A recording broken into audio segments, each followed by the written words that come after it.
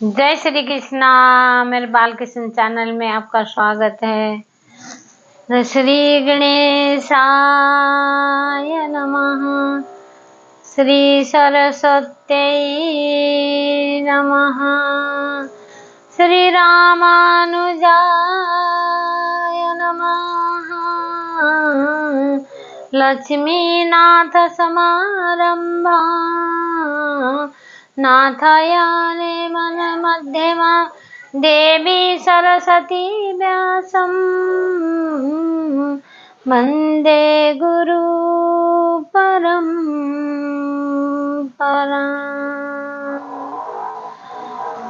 वन्दे कृष्ण। मेरे कृष्ण भक्तों, कल धुंधकारी की वो थी। धुंधकारी के से पहले ही, भागवत सुनाने से पहले गोकर्ण गया में जाके, गयासुर नाम का राक्षस था। गयासुर नाम का राक्षस में उसका इतना बलवान था, इतना ब्रह्मा जी से उसने वरदान लिया था जो कभी मरेगा नहीं। उसके ऊपर 100 साल तक यज्ञ का अग्नि जो है वो जला दी छाती में, तब भी नहीं मरा था वो। तो गया में जाके श्राद्ध करा था। गोकर्ण ने श्राद्ध करने के बाद भी ही धुंधकारी पार नहीं लगा, उद्धार नहीं हुआ पाया था। गया में जाके श्राद्ध, जैसे गया में कोई भी जाए, अपने माता पिता का पिंडदान करना हो तो गया में अपने लेडीज भी कर सकती है। जैसे किसी का पिता है, किसी का ससुर है, जैसे सीता जी ने किया था गया में श्राद्ध, उसी तरह से कोई भी वहां पे बालू का भी कुछ नहीं है तो आपके पास सामग्री नहीं है पिंडदान करने की, तो आप बालू का भी वहां पर गया जी में पिंडदान दे सकते हैं। वहां पर पुत्र वधू सब मतलब दे सकती है पिंडदान अपने परिजनों को, तो वो जाके पितरजनों को सब मिल जाता है। तो वहाँ जरूरी नहीं है कि भाई पुत्री करे या लड़की का लड़का ही करे या दमादी करे, ऐसा कुछ नहीं है। वहाँ पुत्री भी कर सकती है, पुत्र भी कर सकता है, सब कर सकती है। तो फिर उसका धुंधकारी का किया था, गया में श्राद्ध किया था गोकर्ण ने। तब भी वो आए, घर लौट के आए श्राद्ध करके। तो जब भी रात को रोने की आवाज आई तो बोले कि रो रहा। भाई तुम कौन हो, क्यों रो रहे हो? बोला कि मैं बहुत पीड़ित हूँ, मैं जो है कि प्रेत योनि में चले गया हूँ, मुझे बहुत पीड़ा है, बहुत तकलीफ में हूँ मैं। भाई मैं तुम्हारा भाई हूँ, धुंधकारी हूँ। तो बोल के रात को बोला। तो जब पता चला गोकर्ण को कि गया में श्राद्ध करने का मेरा कोई फायदा नहीं हुआ, इसीलिए उन्होंने भागवत फिर पूछा, सबसे पूछा कि इसकी पीड़ा कैसे दूर होगी या कैसे मैं इसका उद्धार करूं। तो जब जाके भागवत उद्धार करती है। एक भागवती ऐसी है, जिस घर में भागवत है उस घर में नारायण है, उस घर में श्री कृष्ण, साक्षात श्री कृष्ण अपने उसमें भागवत में समाये हैं। जब गए थे, जब सब भक्तों ने कहा कि हे प्रभु हम कैसे आपके बगैर रहेंगे, हम क्या करेंगे, आप जा रहे हैं। तो बोले कि जिस घर में भागवत होगी उस घर में मैं उसमें भागवत में समाया हूँ, भागवत में ही मैं रहूंगा। तो जो भागवत कराता है, भागवत ऐसी ऐसी चीजों को करती है कि सबको उद्धार करती है, पापी से पापी वो पुण्य आत्मा को तो कर ही लेती है, जो पापी से पापी हो उनका भी उद्धार करती है भागवत। तो जैसे एक कहते हैं ना, एक राजा था, एक राजा ने एक बकरा था, बकरे को बोला कि अगर इस बकरे का पेट किसी ने भर दिया तो मैं उसको आधा राज्य, आधा धन दौलत सब में से आधा आधा मैं दे दूंगा। तो अब सब आए, सबने सोचा कि भाई हम भरे, बकरे का पेट भरना कोई बड़ी बात नहीं है, बकरे का पेट भरना क्या है, जंगल में जाएंगे, चरा के ले आएंगे और घास वास खिलाएंगे, वो तो पेट इतना सब ज्यादा बड़ा पेट नहीं होता बकरे का। ले गए लोग, तरह तरह सारे लोग आए, कोई कोई लोग ले गए उसको, बकरे को ले गए, चरा के ले आए, खिला के ले आए, ले आके शाम को राजा के पास ले आए। तो ले आए तो उस बकरा को, अब राजा ने बोला अच्छा पेट तो भरा लग रहा है इसका, तो भूख मिटी नहीं मिटी ये तो मुझे पता करना पड़ेगा। राजा ने क्या करा, हरी हरी घास लाके बकरे को दे दिया। बकरे को जैसे दिया तो वो तो फिर लप लप खाने लग गया। तो राजा ने बोला कि बकरा तो भूखा है भाई, बकरे ने तो घास खाई है, ये तो भूखा है, इसका तो पेट नहीं भरा। वो भी ऐसे तरह तरह के लोग उस बकरे को खिला खिला बड़ी कोशिशें करी, बड़ी वो करी। अब एक संत को पता चला कि राजा ने आधा राज्य आधा सब कुछ देने का वादा किया है, उस बकरे का जो पेट भर देगा उसको आधा राज्य मिल जाएगा। अब संत महात्मा उन्होंने सोचा मैं चराता हूँ, आज मैं भरता हूँ इस बकरे का पेट। अब संत जी आए, संत जी बोले कि राजन मैं ले जाऊं, मैं बकरे का पेट भर के लाऊंगा, मैं लेके जा रहा हूँ। और राजा बोले कि भाई देखो सारे ने तो कोशिश कर चुके हैं, इसका पेट भरा नहीं, अब आप भर सकते हो तो महाराज आप ले जाइए।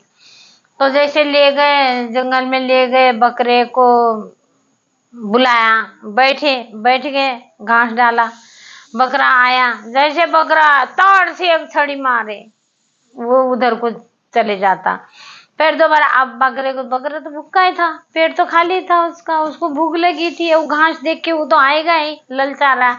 जैसे घास खाने आ रहा है ऐसे वो महात्मा संत मारे उसे, फिर मारे, ऐसे करते करते पूरा दिन बीत गया, उसको मार पड़ती रही, वो खाने के लिए आता रहा, उसको मार पड़ती रही, खाने के लिए आता रहा, मार पड़ती रही।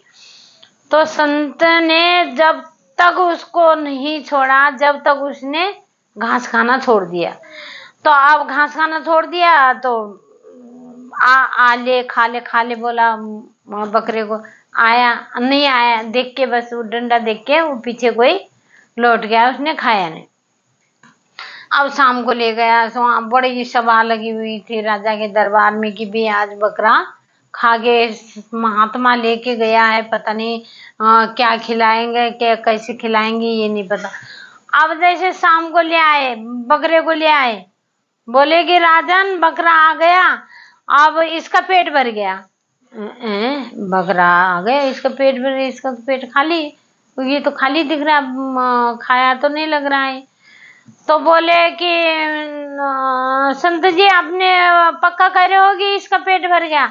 हाँ जी महाराज इसका पेट भर गया, अब ये नहीं खाएगा, दे सकते आप घास दे के देख लो, ये कुछ नहीं खाएगा। तो जैसे अब बैठ गया संत जो है कि वहां कुर्सी लगा के बैठ गया ताकि उसको दिखाई दे वो संत, तो ऐसे करके बैठ गया। अब वो राजा ले आया घास, जो घास खिलाता था, हरी हरी घास लेके आया। अब बकरे का मन बड़ा ललचा कर रहा है, अब बकरे का मन ललचा है, बकरा खाने के लिए आने के लिए कर रहा था, तो संत दिख गया उसे, संत दिख गया तो बकरा वापसी हो गया। तो अब बोले कि भाई बाकी तो खा नहीं रहा, फिर राजा घास दे, ले खा ले, फिर वो संत को देख के वापसी चले जा। अब संत ने बोला राजन ये नहीं खाएगा, इसका पेट भरा हुआ है, ये नहीं खाएगा। तो बोला कि बाकी ये तो नहीं खा रहा है, पर पेट तो खाली दिख रहा है, इसका पेट तो इतना नहीं भरा हुआ है महाराज, तो ये कैसे होगा? जब ये बातें होती है, इसीलिए कहते भगवान उसको नहीं मिलते जो ज्यादा खाना खाता है, ज्यादा खाना खाने में लगा रहता है, उसको भगवान कभी नहीं मिलते।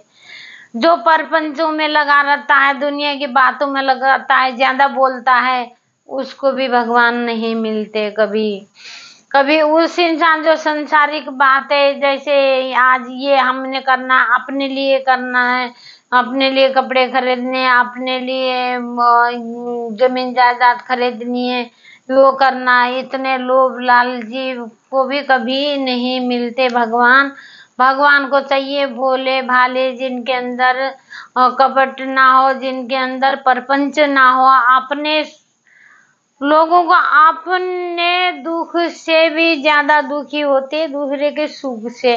पड़ोसी सुखी क्यों है, वो क्यों खा रहा है, उसने इतना कैसे कमा रहा है, मैं क्यों पीछे हूँ, मतलब आगे जाने नहीं देना, टांग खींच के पीछे करने के लिए, दूसरे के लिए सोचने वालों को भगवान कभी नहीं मिलते, कभी नहीं कृपा करते। भगवान को चाहिए भोला भाला, छल कपट ना हो, परपंच ना हो, उसके अंदर शुद्धता हो और प्रेम हो, भाव के भूखे भगवान को लड्डू पेड़े मिठाई ये नहीं चाहिए कभी भी। भगवान को चाहिए प्यार से, उनको चाहिए प्यार। जो प्यार करने वाले हैं ठाकुर जी को, उनको ही वो सेवा देते, अपनी सेवा दे रखी। जिस घर में भी ठाकुर जी, अरे ठाकुर जी को जाते टाइम बोल के जाओ कि ठाकुर जी हम आ जा रहे हैं, इतनी देर में आ रहे हैं, ये कर रहे वो कर रहे, उनको भोग लगाओ, उनको नहाओ दो, उनको श्रृंगार करो, उनके लिए पग गाओ।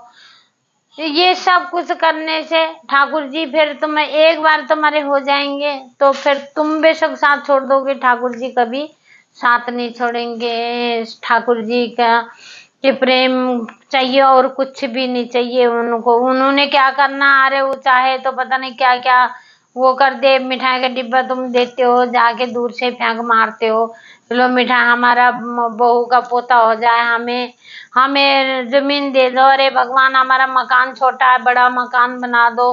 हे भगवान हमारा ये हो गया, अब की बारी हम ये 1 किलो लड्डू चढ़ा के गए, भगवान दूसरी बारी आएंगे तो हम 1.25 किलो चढ़ाएंगे, आप हमारे पोता ही देना, इस बार बहू के हमारे घर में पोता ही देना। बे ऐसे कहे के बोलोगे तुम तो क्या कभी भगवान को भी बोला आप प्रभु ठाकुर जी हमारे घर में खुश हो कि नहीं हो, हम सही आपकी सेवा कर पा रहे हैं कि नहीं कर पा रहे हैं, हमसे कोई गलती हो रही है कि नहीं हो रही, ये कभी पूछा ठाकुर जी आपको क्या चाहिए, आप कैसे खुश रहोगे, आपके लिए हम है, हमारे लिए आप हो। तो ये कभी बोला नहीं है कि जी हमें पोता चाहिए, हमें वो ये चाहिए, हमें वो चाहिए, हमें बड़ा घर चाहिए, हमें गाड़ी चाहिए, 2-2 गाड़ी 4-4 गाड़ी चाहिए। जय श्री कृष्णा।